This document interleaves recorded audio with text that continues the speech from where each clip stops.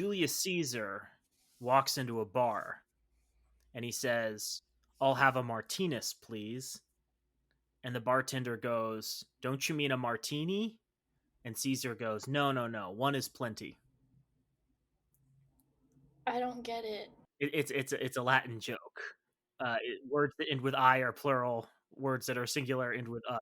You took Latin. You should know this. I took Latin so long ago. What the fuck?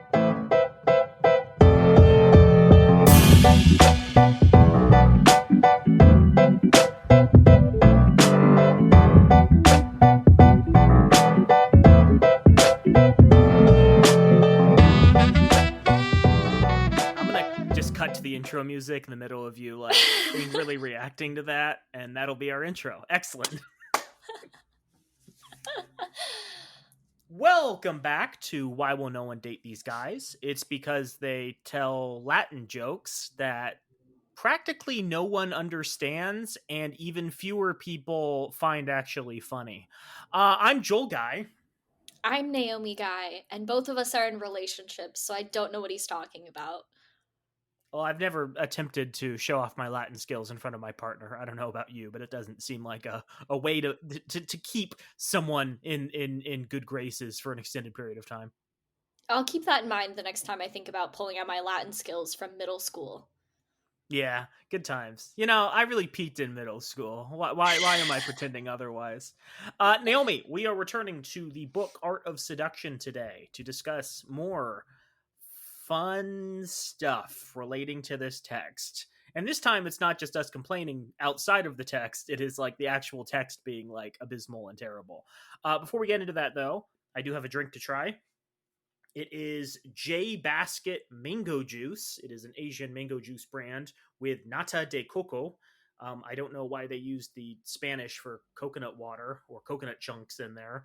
It's a weird combination of language. You have the Japanese kanji, the English mango juice, and then the Spanish right beneath it. I don't know. It's fine.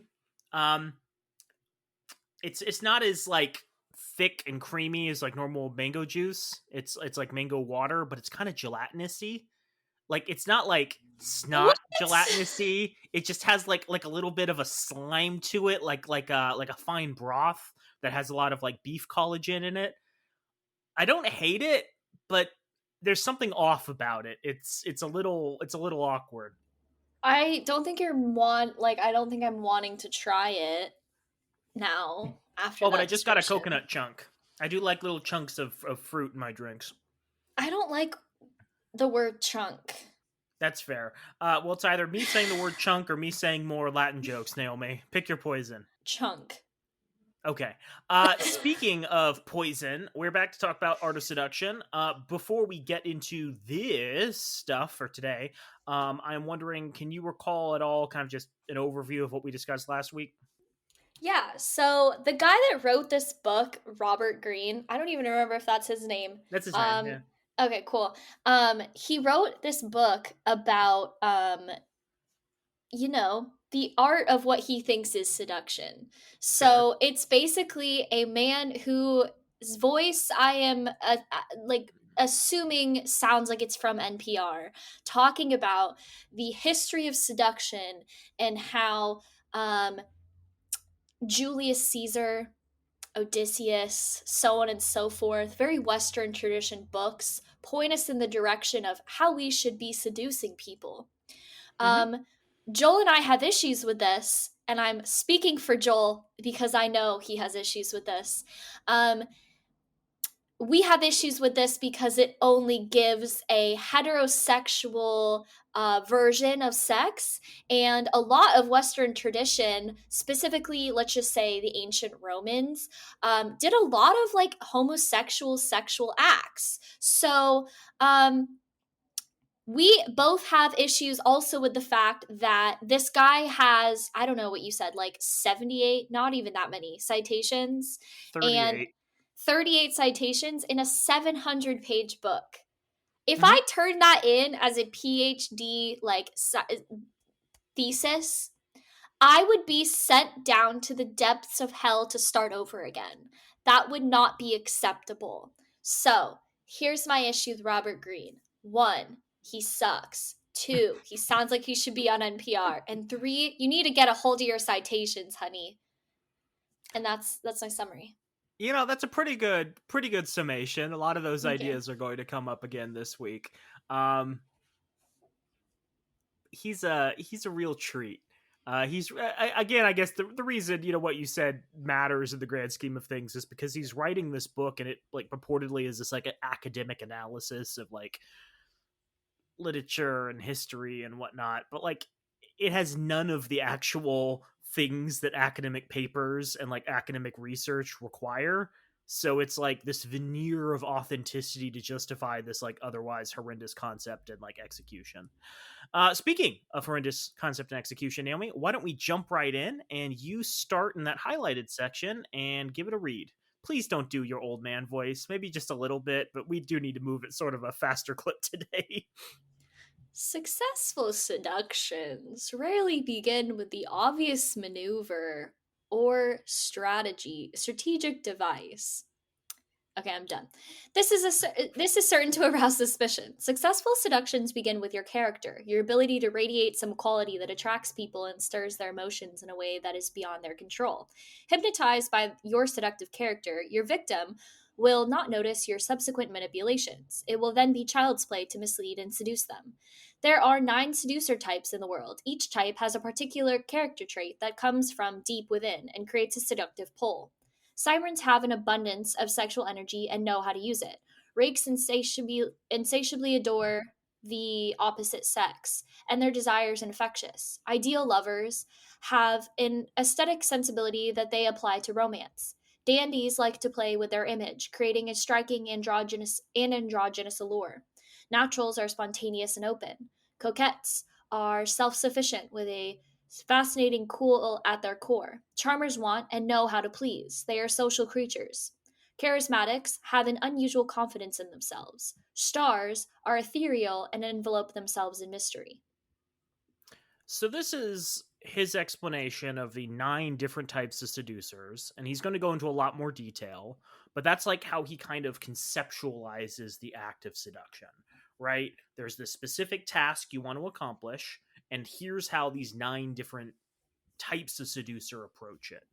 Do you notice anything weird about either his phrasing or how he conceptualizes seduction? I'm kind of trying to figure out like he talks about it as if like it's something like sex is something that you can't control. Expand on that. So he in the first part that we talked about how you can seduce your way as a woman into anything, and you see that throughout history. And now you're looking at these like different types of classifications that he uses, and he talks about people that have abundance of sexual energy, people that are insatiable. There's a lot of like strong words here. And I'm thinking like, yeah, this is a book about the art of seduction, but he doesn't talk about it in a sense that like you can he acts as if you can seduce anyone. I hadn't really considered it from that perspective. I don't know if that's exactly what he believes, but I would argue that is kind of supported by the text because, like, even though he gives advice that's like, hey, it's important that you choose your victim carefully and, pick someone who's going to be susceptible. Also, most of his examples are people who are like just going around, like, randomly picking up people out of their league. And that's fascinating. I don't know how much detail we're going to go into on that, but like he is kind of jumping back and forth between this idea that like you have to be strategic in your seduction, but also your seductions can work on anyone. And yeah, that just doesn't feel like a fully fleshed out idea. I hadn't really picked up on that. I guess what I was getting at was more of how he phrases everything as victims. Like you're a hunter going after prey, right? If you're a seducer, you are going after someone. And it seems like he doesn't think that seduction can ever be a mutual thing, right? Like I can imagine a lot of scenarios where like 2 people are attracted to each other and they both have to put on their best face. They both have to act in a charismatic, charming way in order for the other person to like pick up and be willing to, follow through and have sex and babies and relationships and whatever else they want. So it is fascinating how he conceptualizes this almost like a hunter going after, like a wounded rabbit or something. He's like, you've already taken the shot, right? The rabbit's limping. You can go after it and use your, I don't know, natural charisma in order to take it down. But I'm being a little too harsh, right? So far, Naomi, I have given you my own words, my own takes, my own representations of what he's been saying. And I want to give you one of Robert Greene's own examples that we can then pick apart. So I'm going to give you a section from the book. Naomi does not know where this comes from in the book. Could be the very first one, could be halfway through, could be the very last one. But this is an example of a type of seduction style. And he's going to use Cleopatra, Queen of Egypt, as an example of a primary seducer. Do you want to give that a read? In the year 48 BC, don't know how to say that name. I'm going to go with Ptolemy. Ptolemy. Okay, the 14th. Am I reading Yep. that correctly? Oh, you're Of, good. thank you. I don't know a lot of Roman numerals, that's why I asked. Of Egypt, managed to depose and exile his sister and wife, Queen Cleopatra. He secured the country's borders against her return and began to rule on his own. Later that year, Julius Caesar came to Alexandria to ensure that despite the local power struggles, Egypt would remain loyal to Rome. One night, Caesar was meeting with his generals in the Egyptian palace, discussing strategy, when a guard entered to report that a Greek merchant was at the door bearing a large and valuable gift for the Roman leader. Caesar, in the mood for a little fun, gave the merchant permission to enter. The man came in carrying on his shoulder a large rolled up carpet. He undid the rope around the bundle and, with a snap of his wrist, unfurled it, revealing the young Cleopatra, who had been hidden inside and who rose up half clothed before Caesar and his guests, like Venus emerging from the waves. Everyone was dazzled at the sight of this beautiful young queen, only 21 at the time, appearing. That's not young at that time. What are you talking about? That's like an usual lifespan.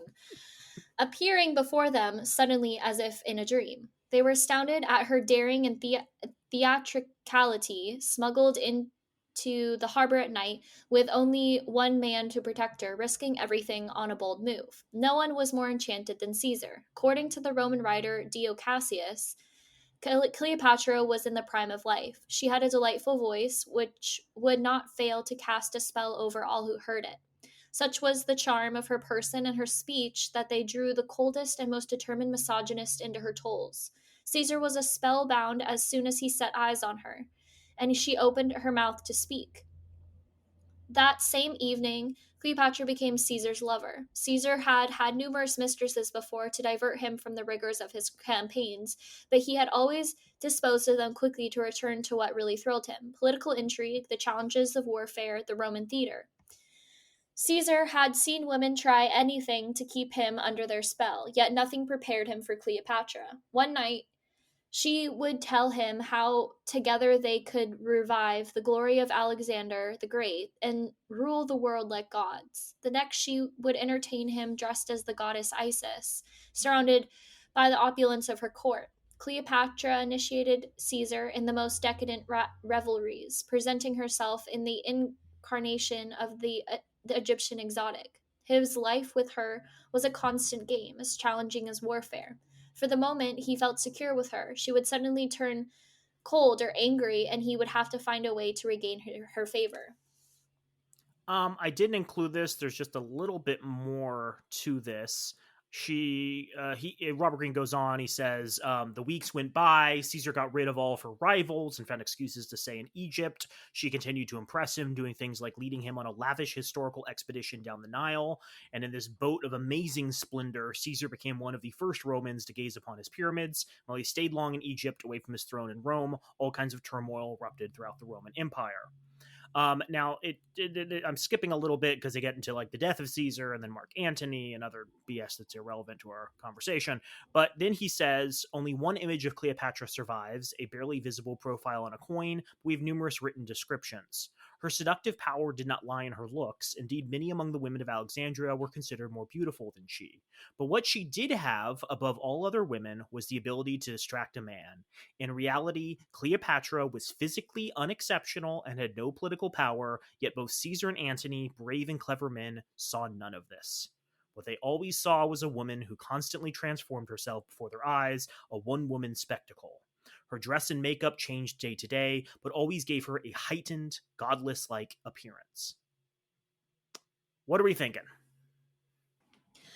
I'm having issues with this because unless she knew a lot about Caesar, how would she know how to like seduce him in the way that like he was, magically under her spell? So I'm having Oh, that's interesting.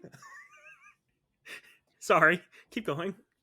because I feel like the way that Robert Greene writes this book, it's like, oh, you have to meet the person or you have to like study them before you can like become what they want you to be sexually and before you can seduce them. So I don't know. It's kind of hard for me to believe that this is something that he puts in the book and is like, oh, well, it's just magic. She's like a little fairy. Yeah, that's a really good point, Naomi. That's exactly the point I was trying to make.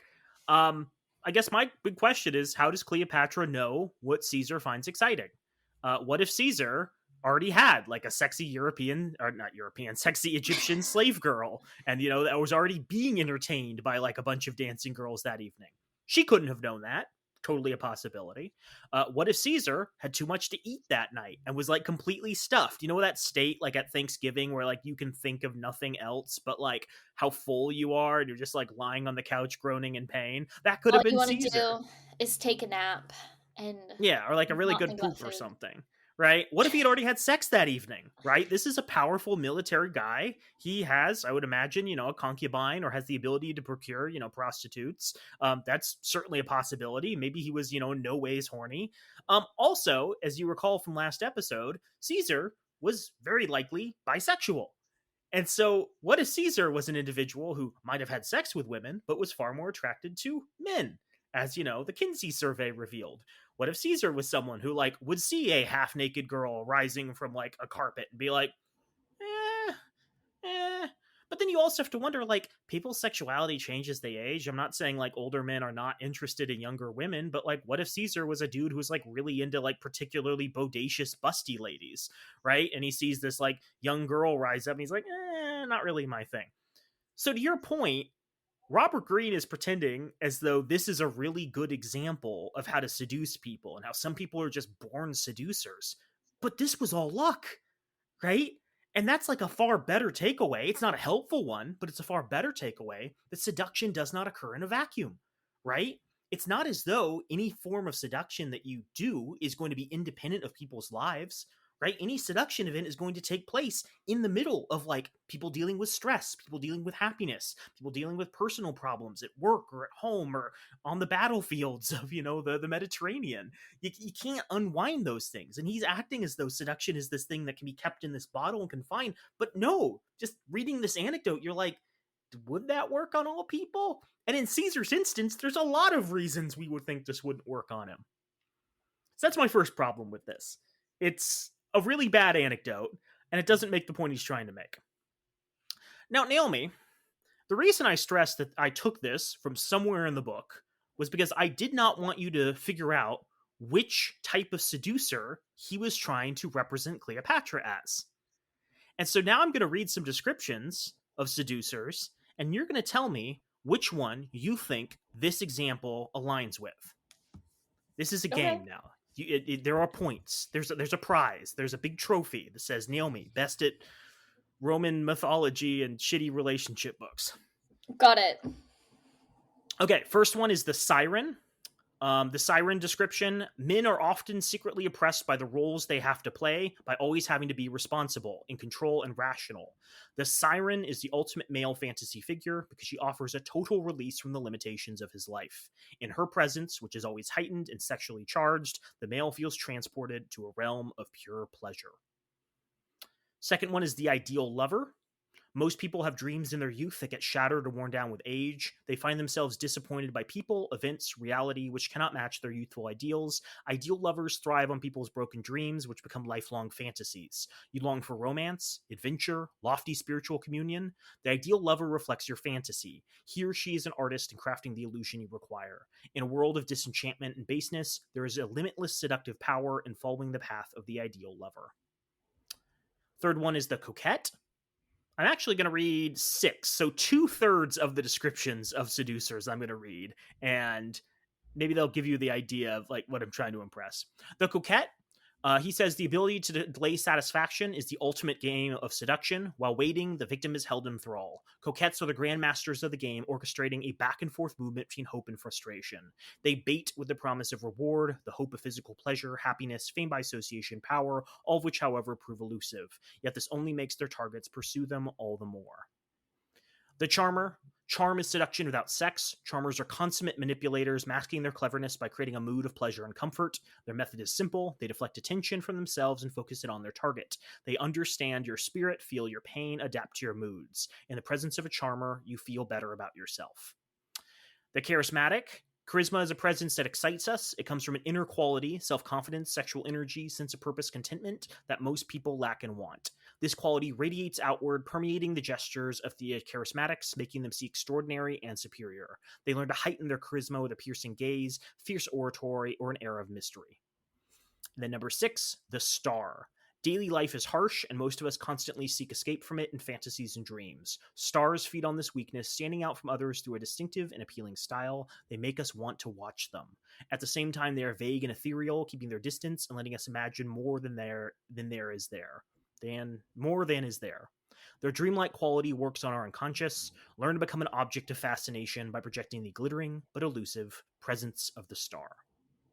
So I've read 6 descriptions, different types of seducers. Naomi, you have all of the information in front of you. Which one do you think Robert Greene is saying Cleopatra is? So she has elements of all of them and none of them at the same time. Like she doesn't have a clear understanding. Like there's not one clear definition of Cleopatra. Um yeah, like you could take like examples from each of them. Like the charmer. Charm is seduction without sex. She obviously got somewhere before the sex. Um there's, grandmaster of games, orchestrating back and forth movement between hope and frustration. I don't know about Are that there one, any of but these that you think completely she couldn't be? the ideal lover. Okay. Any guesses? No, I don't have like I couldn't like label her with one of these. Okay. Would you believe Robert Greene thinks that Cleopatra is the perfect example of a siren? Yeah, I can believe that. Okay. Yeah, I mean, I guess I led up to it. But No, you're no, hitting no, the no. nail right on the head because he's trying to pretend as though there's these distinct categories of seduction when I've read 2/3 of them that basically have common elements that she could fit into. I honestly, if you said anything like, "Oh, she's, Robert Greene thinks she's this," I'd be like, "Okay, yeah, I could see that because he doesn't know how to write a book," but that's fine. Okay, but I guess the point I'm trying to make is Robert Greene is trying to come up with this useful list of the 9 different types of seducers, and he's using historical allegories in order to impress upon you how people fit into these boxes of seduction. And his example, again, actually is really confusing because she fits the characteristics of 5 or 6 of the 9 different types of seducers. Arguably more of those the ones that I think the descriptions match the most. So either don't create these categories in the first place and just like point to individual qualities that you thought were helpful, or make clear-cut categories but use better examples. And he chose the former. He chose incredibly weak examples, and he didn't bother to consider how the very first example in his book is proof about how his technique and categorization does not work. This is number 1, Naomi. This is the first thing you read about seducers, is this example of Cleopatra. I was gonna ask you when this was. I'm not surprised by what you're saying, though. Okay, but it gets worse.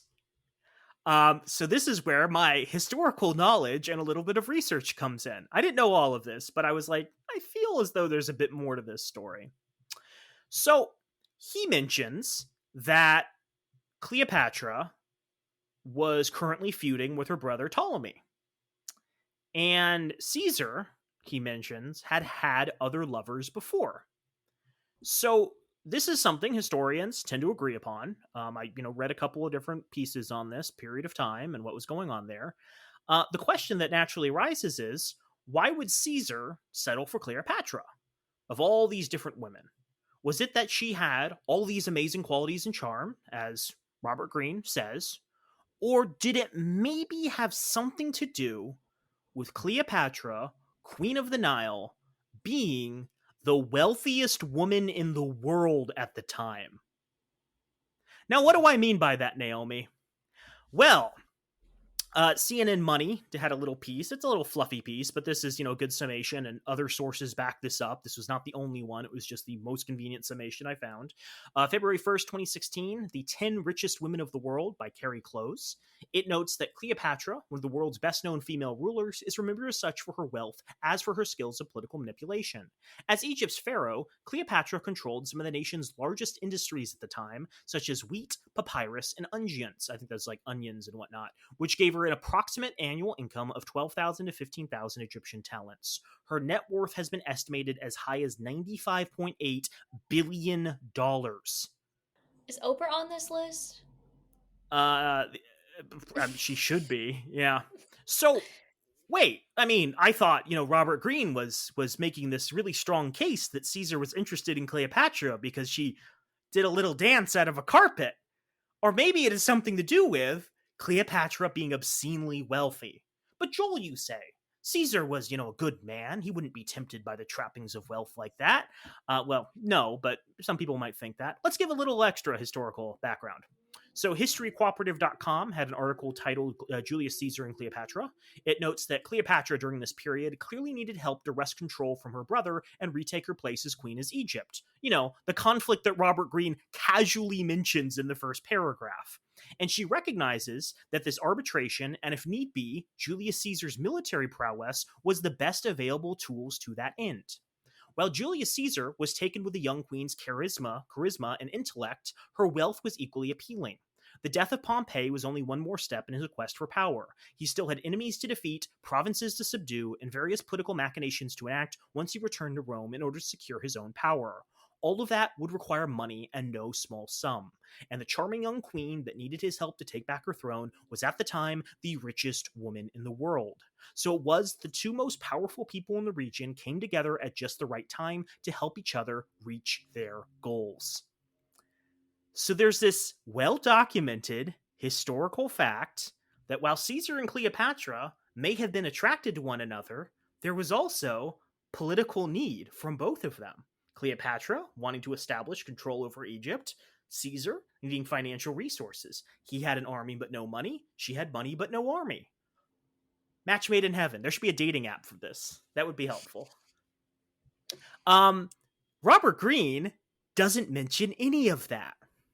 Now, I can see that these are not the best of sources, but you can Google Caesar-Cleopatra alliance, Caesar-Cleopatra relationship, blah, blah, blah, and get literally thousands of articles that say exactly the same thing.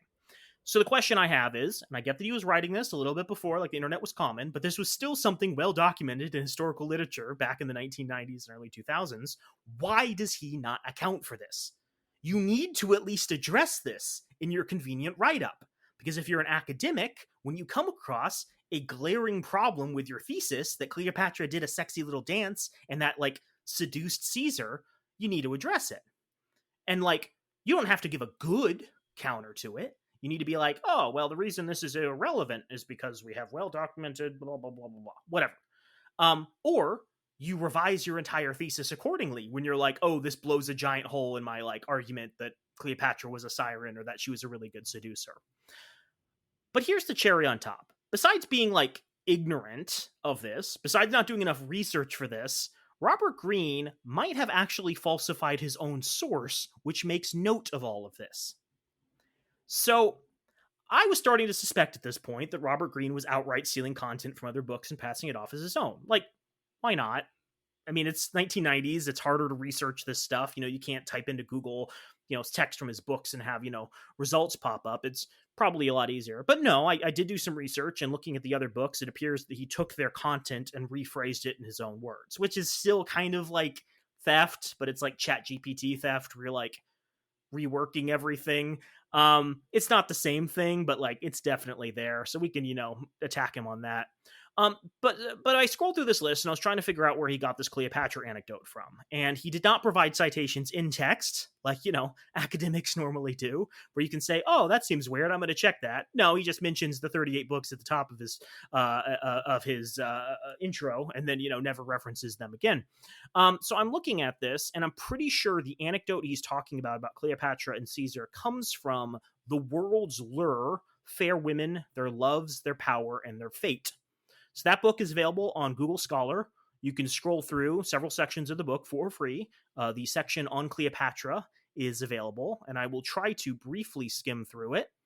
The section that he is probably copying from is, let's see, starting on page 93? Yes, 93. So this book notes that in Cleopatra's time, Alexandria was the Paris of antiquity. It was the most intellectual and stimulating, the wittiest and most opulent city in the ancient world. It was comparable to that of Venice in the 18th century at the height of its carnival recklessness. So it mentions all this stuff about like cool stuff you can do in Alexandria. You can, go visit some prostitutes. You can listen to Egyptian songs. You can travel through pleasure gardens or on canals. And I'm reading this and I'm like, Robert Greene skimmed through this and was like, "Oh, Alexandria was filled with cool stuff. Cleopatra probably showed it to Caesar. Obviously, she's a siren," and like didn't do any additional research beyond that. But it continues. And so after establishing like what the world of Alexandria is like, it then goes into the background of Cleopatra. And it establishes that Cleopatra has this feud going on with Ptolemy the 14th. She then, after the death of the former Ptolemy, marries her brother so she can share the Egyptian throne. The official husband and co-ruler was a child of 9 whose following sought to acquire all powers into itself. That boy, Ptolemy the 14th, was precocious, treacherous, and ambitious, and he hated his elder sister and her guardianship. So he's feuding with his sister, even though they're married. And during his lifetime, another sister, Berenice, wife of the Roman Archelaus, had claimed the throne for herself and had paid for enterprise with death. It was now a question of getting rid of Cleopatra, who also had bestowed her favor on a Roman. So Cleopatra was driven into exile by her brother. And because she was wealthy and because she was beautiful and because she was spirited, she was able to gather an army together on the Arabian frontier. And that was going to start like this huge conflict with her brother. Now, Caesar shows up in the harbor, and Cleopatra sees an opportunity to get into Caesar's good graces. And this book goes into the exact same details that I just discussed, how Cleopatra was attempting to, communicate with Caesar in advance. She then rolled herself into a carpet. She, speaks with Caesar when, she's on the boat. They form an alliance, blah, blah, blah, blah, blah. And it continues and gives examples of how they used their combined alliance in order to accomplish great political things. Robert Greene either didn't read any of this, he just glossed through it and was like, okay, she's a siren, I'll throw it in, which is academic laziness, or he did read all of this and purposely omitted the section that contradicts what he's trying to say. This is his source. As far as I can tell, it's his only source for this section, and he just completely omits that there was a power struggle going on in Egypt at this time, that Cleopatra was fabulously wealthy, that Caesar saw an opportunity, etc., etc., etc. You with me? Mm-hmm. But then, this book also contradicts several of the things that Robert Greene says. So Robert Greene's like, oh, Caesar was constantly distracted. Cleopatra was putting on all these amazing pageants and wearing pretty dresses and dancing like a seductive Egyptian goddess or whatever. And he describes how Cleopatra brought Caesar down the Nile on a fancy boat, and he saw the Great Pyramids for the first time. And the first time a Roman had ever seen it. I don't know if that's true. I think Socrates talked about the Romans, or Plato talked about Socrates talking about the Romans. The pyramids at some point, but it was allegorical, so I don't know how real it's supposed to be. But anyways, the point I'm trying to make is this other book also describes that situation. But instead of Caesar being completely distracted from his military campaigns, as Robert Greene indicates, this book says that they went on this amazing journey down the Nile and, quote, by this spectacular display and lively entertainment, the ruler of Egypt sought to thank and please her great lover. But Caesar had heard that his army was grumbling over the absence of his commander, and responding to the call, he tore himself from Cleopatra's arms to go and fight Pharnaces in Syria. Robert Greene says Cleopatra made Caesar distracted, so distracted he wasn't doing any of the warfare. This book Robert Greene is citing from says, oh, that amazing pageant that Caesar couldn't take his eyes away from, actually he gave it up and went back to war. So clearly it was not nearly as effective as Robert Greene wants us to think. Checkmate, bitch. Damn, Joel, coming at Robert Greene like that. His response would probably be like, well, Joel, if you look at my other citations. Like, I don't want to harp on this too much. This seems so petty, but this is genuinely academic malpractice, right? Like, if I am citing an author and I say, some people say that X thing is bad for Y reason, but we, the authors, disagree with that for Z reason. You don't then get to quote me and say, people say that X thing is bad for Y reason, right? If I give a counter example in the middle of my example, that doesn't mean you can just cite the counter example. Like, he is distorting the truth to create this highly skewed and also like kind of ineffectual anecdote, one that doesn't prove his point. And so rather than this book being this highly meticulous, highly researched piece of, I don't know, constructive writing of some kind, instead comes across as he just read 38 books and he tried to figure out how he could piece together the 38 books he read into some coherent, meaningful way. And he had to distort the truth constantly. He had to make this book that was like completely nonsensical at times, where the categories are meaningless. But God, by gall darn it, he did it, Naomi. And now he has this beautiful book that everyone's read, 1,000,000+ copies sold. Everyone's like, oh man, this guy knows about power, he knows about mastery, he knows about seduction. What can't he do? All I'm saying is we need to start lying. Like, we need to start writing, mass market paperback books for the airport. It seems so easy. I mean, it's not ethical, but at the same time, what is ethical in capitalism? You know? Yeah. Do you have any thoughts on Cleopatra and Caesar, or can we move on? Let's move our butts on. Okay. So at this point, I'm like, if I dig into any more of these sections, I'm going to find just comparable stuff.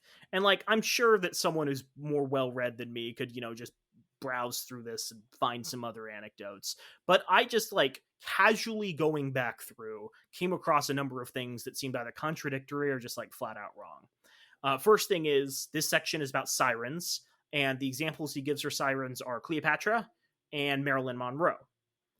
And to that, I'm like, why is Marilyn Monroe not a charismatic seducer or a star seducer?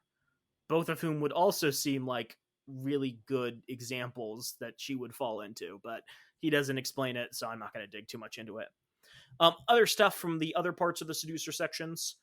In the section on rakes, the people who show intense affection to the object of their desires, like they show such intense affection that the object of their desires is like, oh, I'm special, I'm pretty, I'm wonderful, I'm going to make out with them. The example he gives is the Duc de Richelieu sexually assaulting the Mademoiselle de Valois. Basically, they like exchanged flirty eyes on the street. And then the example he gives is like she looks up one evening when her like servant enters the chambers, and oh my god, it's the Duc de Richelieu dressed up as her servant. And she's like, oh, you're so sexy and so seductive. And he pulls her close and he's like, I'm going to whisper sweet nothings to you. And they begin like having sex. But that's just sexual assault, dude. Like, even if you're not like digging into it, it seems pretty like non-consensual if you're alone in someone's bedchambers having just snuck through their house and they don't really have a choice in the matter. He goes on, he's like, oh, she knew she couldn't cry out for her family wouldn't believe her. And I'm like, Jesus Christ, dude. And I'm like, is this the best example of seduction you can come up with? Just like rapists? Like, who's this for if that's like a good example of seduction to you? He also, in the same section, describes Elvis as a rake. Again, someone who shows intense affection to the object of their desires. It's a very weird take on like Elvis's personal relationship with Priscilla Presley. Like, we don't need to go into that, but that is very weird and abusive. He then also undercuts his point about seduction by noting that Elvis was constantly flirting with like married or like women in relationships throughout his career. And at the beginning of his career, he says, I don't know how true this is. I'm going to assume it's based somewhat in reality. He read it, part of it in a book somewhere. He says at the beginning of Elvis's career, Elvis would like flirt with these women and then like get punched in the face by their husbands. But then he's like, over time, as Elvis's notoriety and like stage presence grew, eventually these husbands are just like, well, Elvis is powerful and my wife is going to fuck him regardless, so I might as well stand by. Like, I can't do anything in this situation. And the point he's trying to make is like, oh, Elvis just grew into his own as an amazing seducer who is so focused on these women. But A, if you like are banging a woman in every town, I don't know how intensely focused and passionate you can be unless you're just copying the same stuff over and over again. And B, he's undercutting his point because he's saying that seduction requires force and intimidation, right? In order for that to be successful, you have to be someone who has like bodyguards and power and the ability to like manipulate the lives of those boyfriends and husbands if like they get it in your path. So it's this really weird example that, again, like the Cleopatra example doesn't actually support his point. And when you dig into it, you're like, context seems very important, Robert Greene. Elvis is not a seducer in this vacuum. Elvis is a seducer in the like fact that he's a multimillionaire and incredibly powerful. Sorry. For the example of the ideal lover, he gives the story of Casanova. Casanova is like Don Juan, Naomi. He's one of the most seductive men in all history. So the example he gives to demonstrate that Casanova was the most seductive man in all history was that Casanova met this married woman one day and looked her in the eyes and said, I would like to dance with you. Oh my God. And she was like, oh, ooh, Casanova. And the way Robert Greene writes this, he's like, her heart was on fire. Her soul was on fire. She couldn't Was stop he thinking there? about this man, Casanova. And that doesn't seem helpful. That's not a useful anecdote. That feels like Robert Greene is really writing in his own interpretation of events. But how this all ends, Naomi, is this woman like lives above a chapel. Like there's a church like attached to her house, and there's like a back passage in this church that she can come down to give confession in the mornings. And Casanova hides in the church overnight in the confession booth until everyone's gone, and then sneaks up to her bedroom multiple nights in a row and like bangs her. And I'm like, this is what we can learn from the most seductive man in history. The ideal lover is a man who says, A, I want to dance with you, and B, I will hide in a chapel and bang you at night. I'm thinking maybe he didn't say dance. I'm thinking we need to replace that word with I want to fuck you. And then that will make a lot more Oh. sense. Yeah. Yeah. See, this is what we talked about last time, where like cultural mores have changed so much. It used to Mhm. be if you were like, I want to dance back in the day, it was the equivalent to being like saying any urban dictionary sex phrase to someone. I want to dance, but we're in the Footloose town. Oh God, yeah. Naomi, was the Footloose movie just a giant metaphor for not having sex? The pastor was like, you can't have sex anymore. And the kids are like, but we love having sex. And Kevin Bacon, the sexiest man alive, comes to town and is like, I know how to have sex. And everyone's like, but we can't have sex. And he's like, I'll show you how to have a good time. And then there's Okay, just a this big is orgy at all the end. start. Yeah, this is all starting to make a hell of a lot more sense now. Yeah.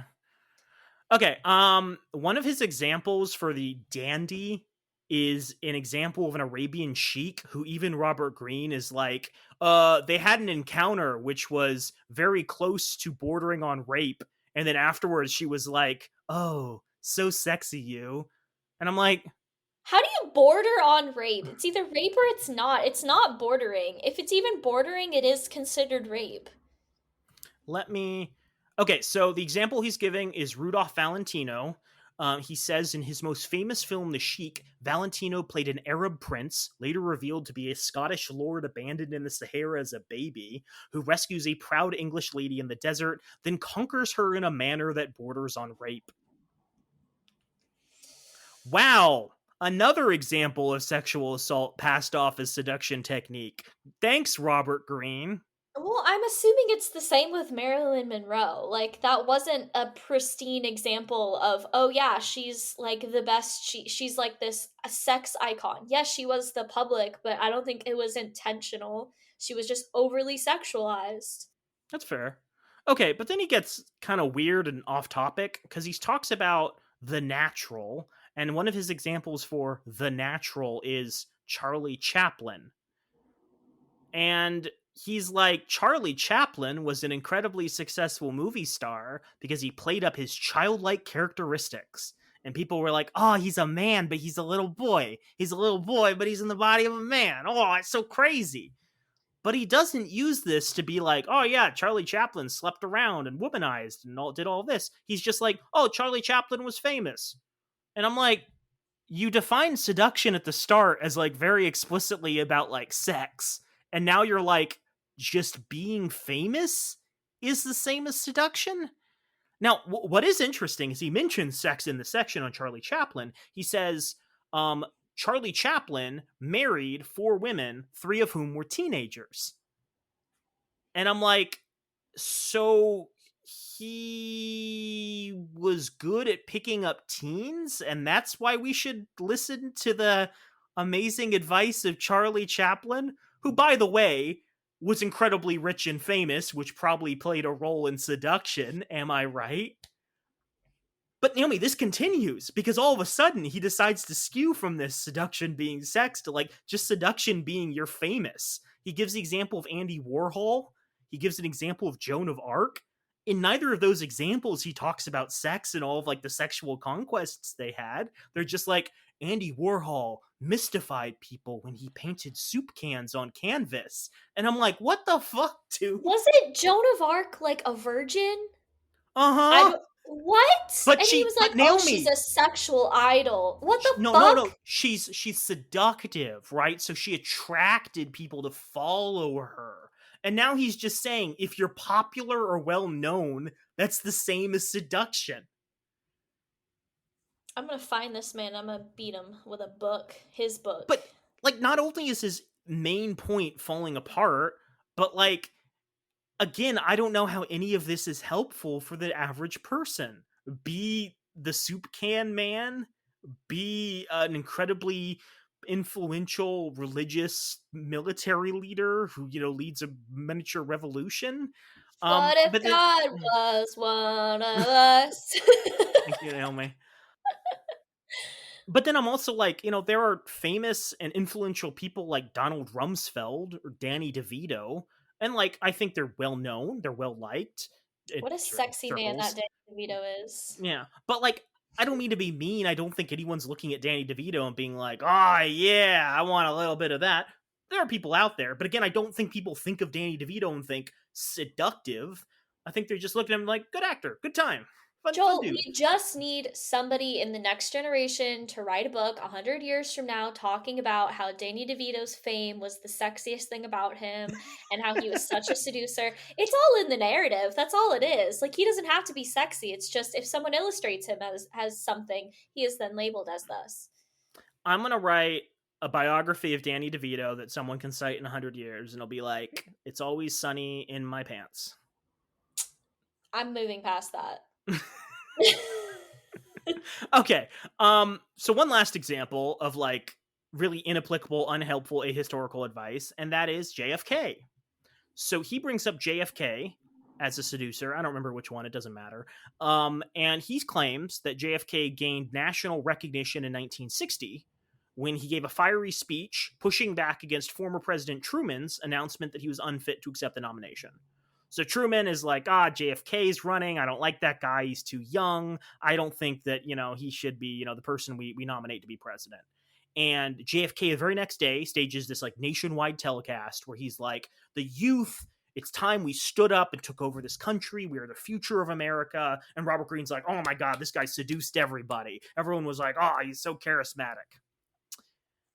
Now, the reason I bring this up is because I knew a little bit about this history, and it was actually worse than I thought. I agree. Basically, every anecdote about like JFK indicates that JFK was incredibly charismatic, right? I'm not going to dispute that. But what Robert Greene is trying to assert is that JFK managed to right the ship after this incredibly influential former president, Harry Truman, tried to disrupt his presidential campaign. And that is not at all true. You know why that's not true, Naomi? Because Why? former President Harry Truman, was incredibly unpopular. Harry Truman started the Korean War, which was incredibly unpopular. A little bit from Wikipedia.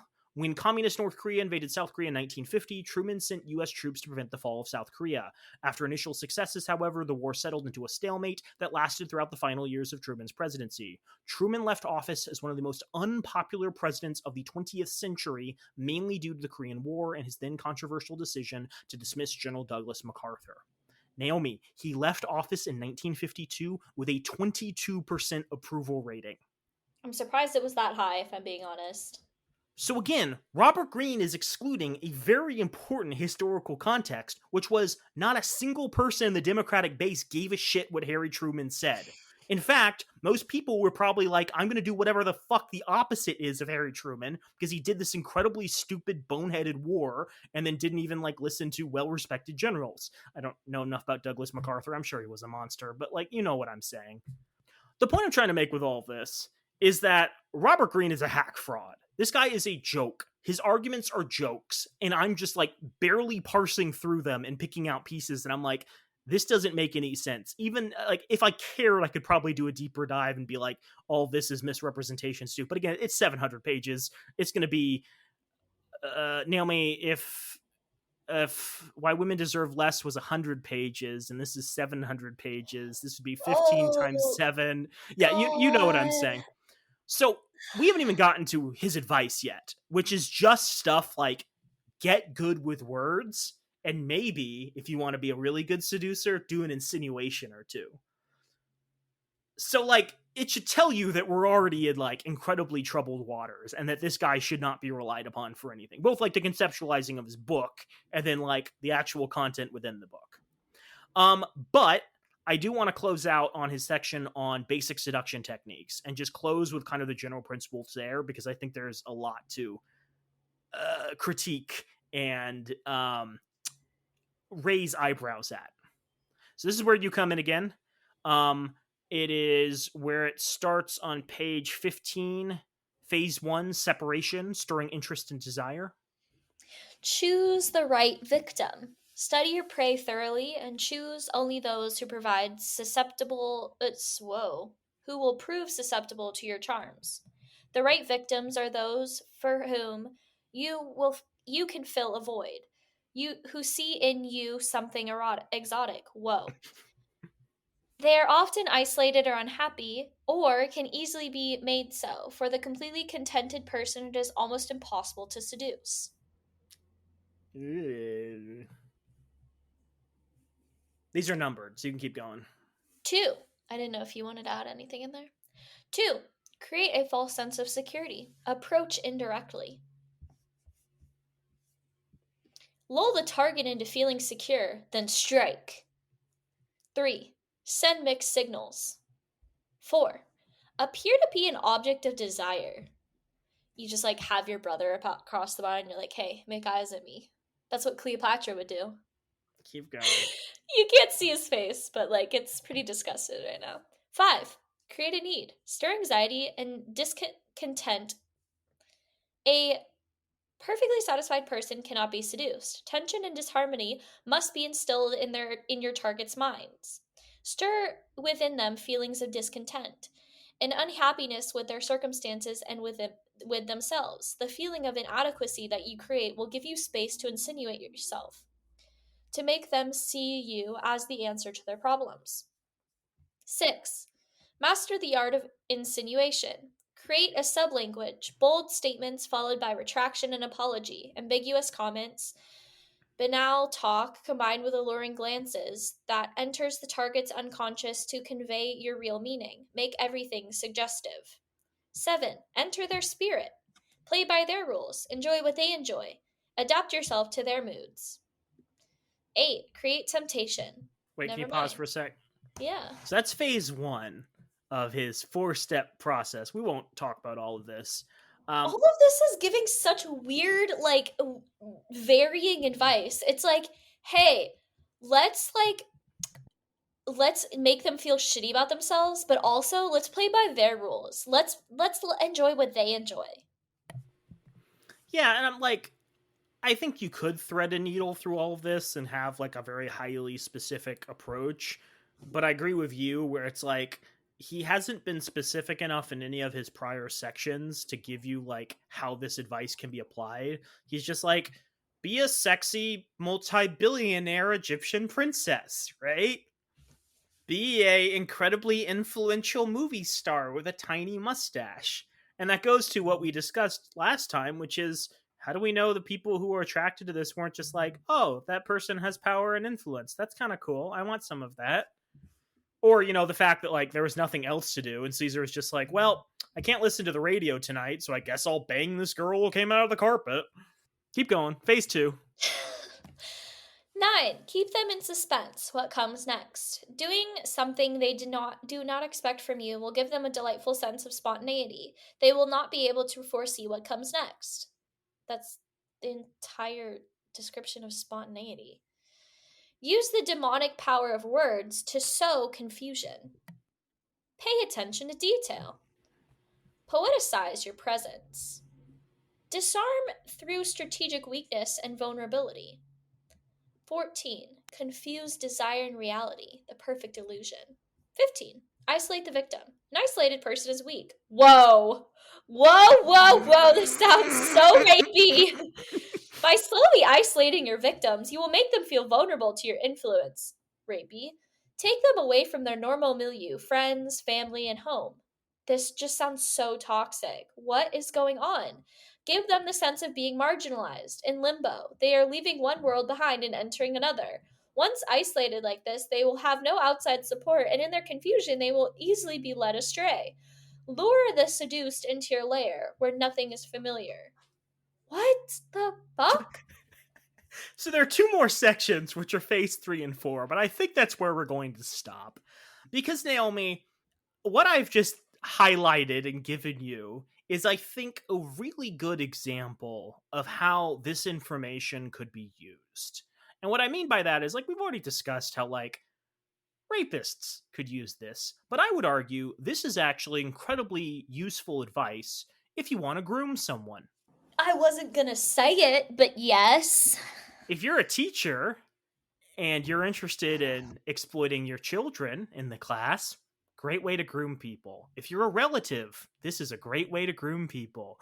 If you're, I don't know, a boss overseeing, younger employees, this is a great way to manipulate them. He's describing like psychological warfare designed to exploit people.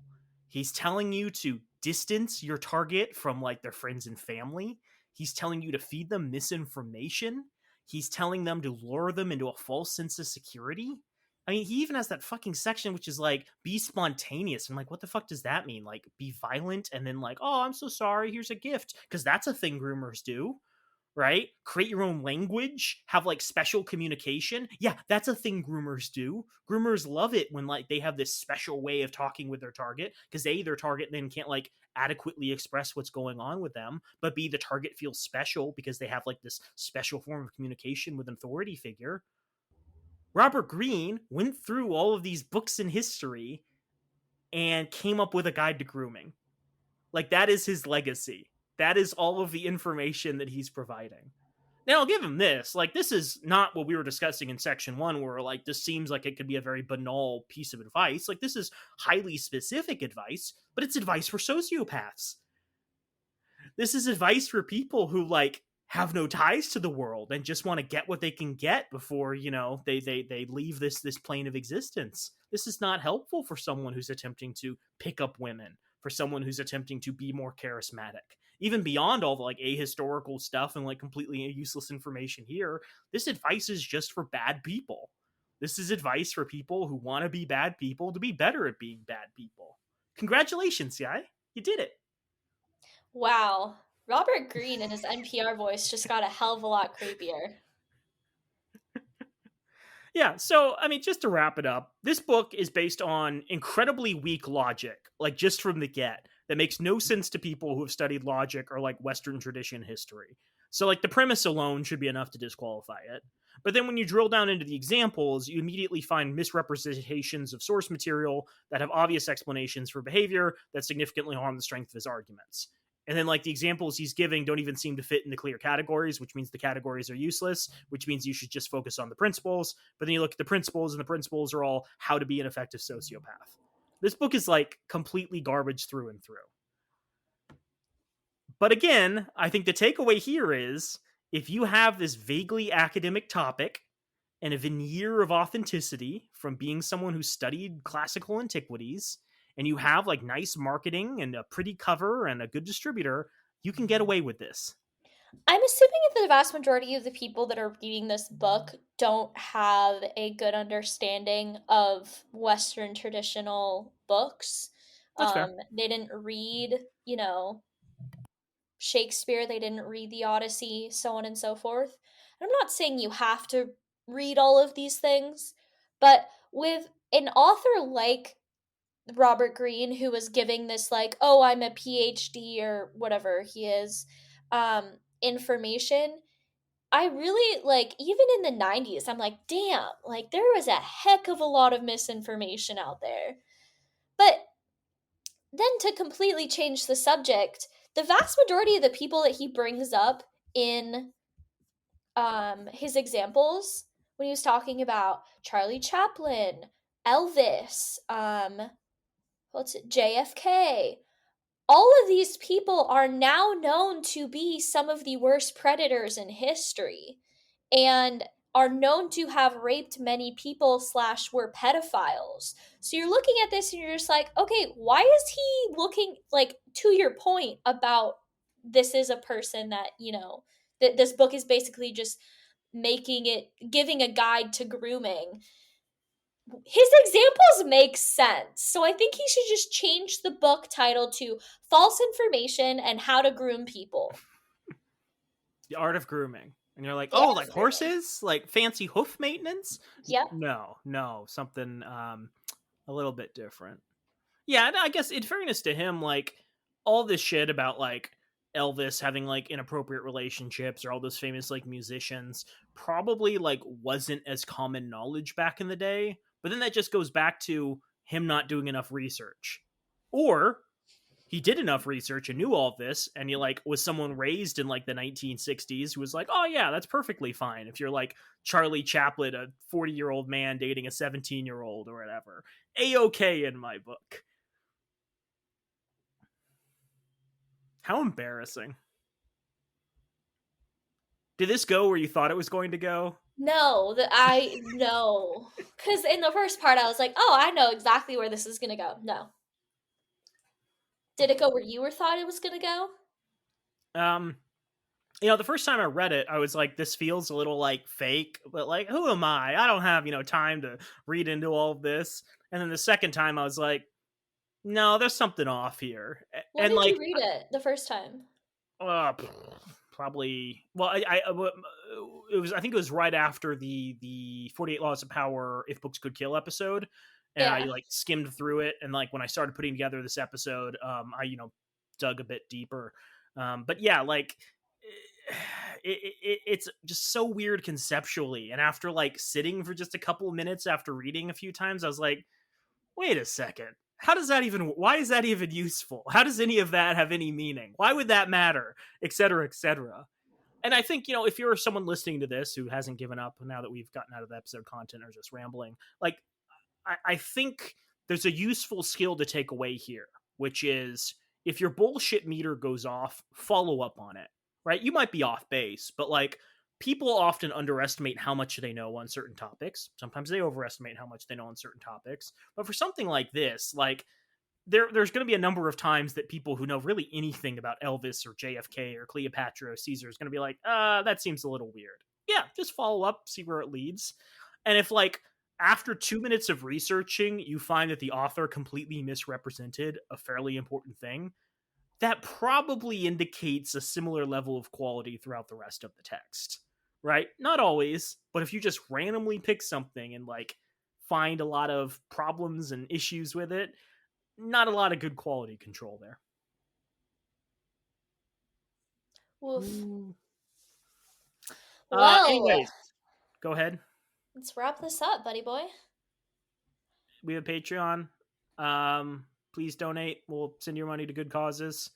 Palestine, trans rights, all that good stuff. Leave us a review. Hey, I uploaded all of our episodes to YouTube, so if you care about listening to podcasts on your YouTube app, that's something you can do now. Yeah, I mean, it doesn't help us or hurt us, whatever platform you choose. But if you find YouTube useful, let us know. We've already gotten mean comment on our criticism of Silver Linings Playbook. So excited for the future and all the things it holds. Oh God, are we like becoming influencers that get mean comments now? I don't know if I'm emotionally ready. I wasn't either. You didn't even tell me that we were going onto YouTube. I definitely mentioned this to you. Okay, we're gonna go offline and bicker about this more. Thank you for listening, everyone. I hope you enjoy your week. Don't groom people, please. We'd really like it if you didn't. Don't read trashy books like this. And Wear a condom. We love you.